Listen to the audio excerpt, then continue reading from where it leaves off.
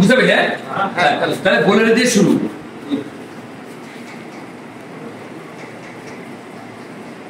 ঠিক আছে, মানে এই বুকটা এমন যে লিখলে মুছতে দিয়ে যায়, সব কিছু রাখতেছে স্মৃতি, ঝামেলা মানে স্মৃতি ধরে রাখতেছে।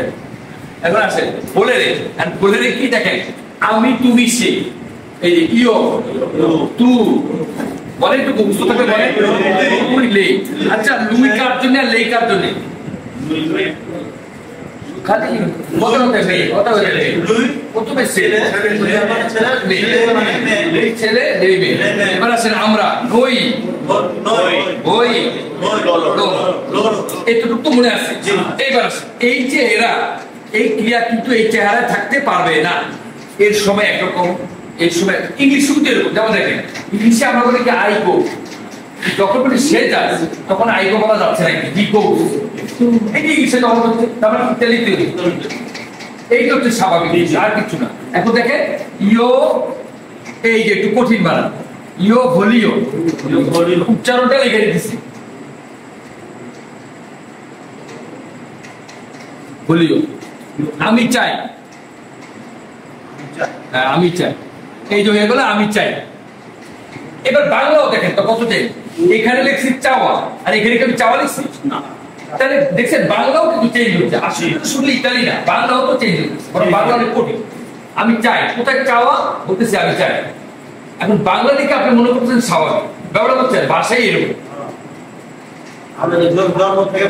এই জন্য মনে হয় কি ওই ইতালিয়ান একটা পড়ালেখা করে নেয়, ওই ইতালিয়ান ইতালিয়ান বলতে পারে, তো আপনি প্রশ্ন করেন বুঝতে হবে, তার শুধু লেখাপড়া করবে। এই সব জায়গায় সব জায়গায় এই তু বলি স্যার। এবার বলেন তু কি হবে? বলি তুমি চাও, তু বলিও কঠিন আছে, তু বই বই একটু কঠিন আসলে, কিন্তু আপনাকে এটা কেন দিচ্ছি, এটা খুব ইম্পর্টেন্ট চলার চাওয়াটা। বই বই বই মানে কি তুমি চাও বা তুই চাস, তুমি চাও বা তুই চাস, এটা আমাদের বাংলা।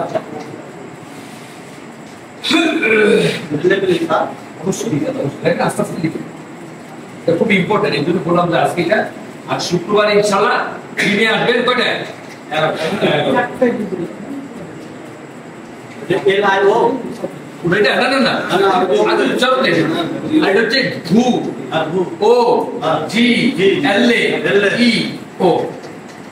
বলিও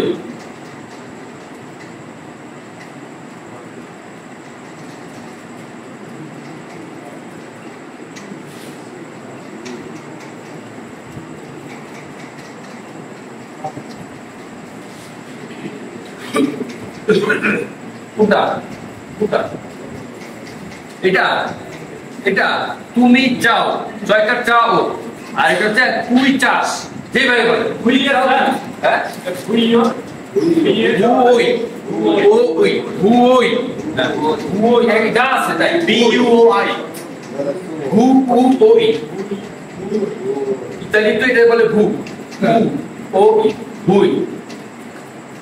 আসসালামু আলাইকুম।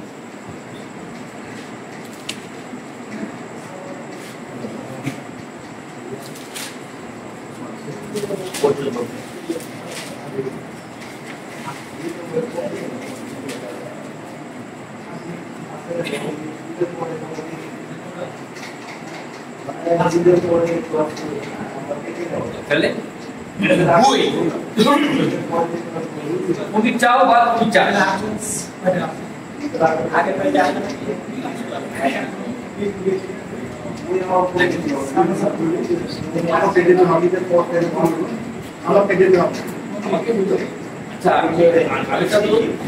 এখন এটা লিখতেছি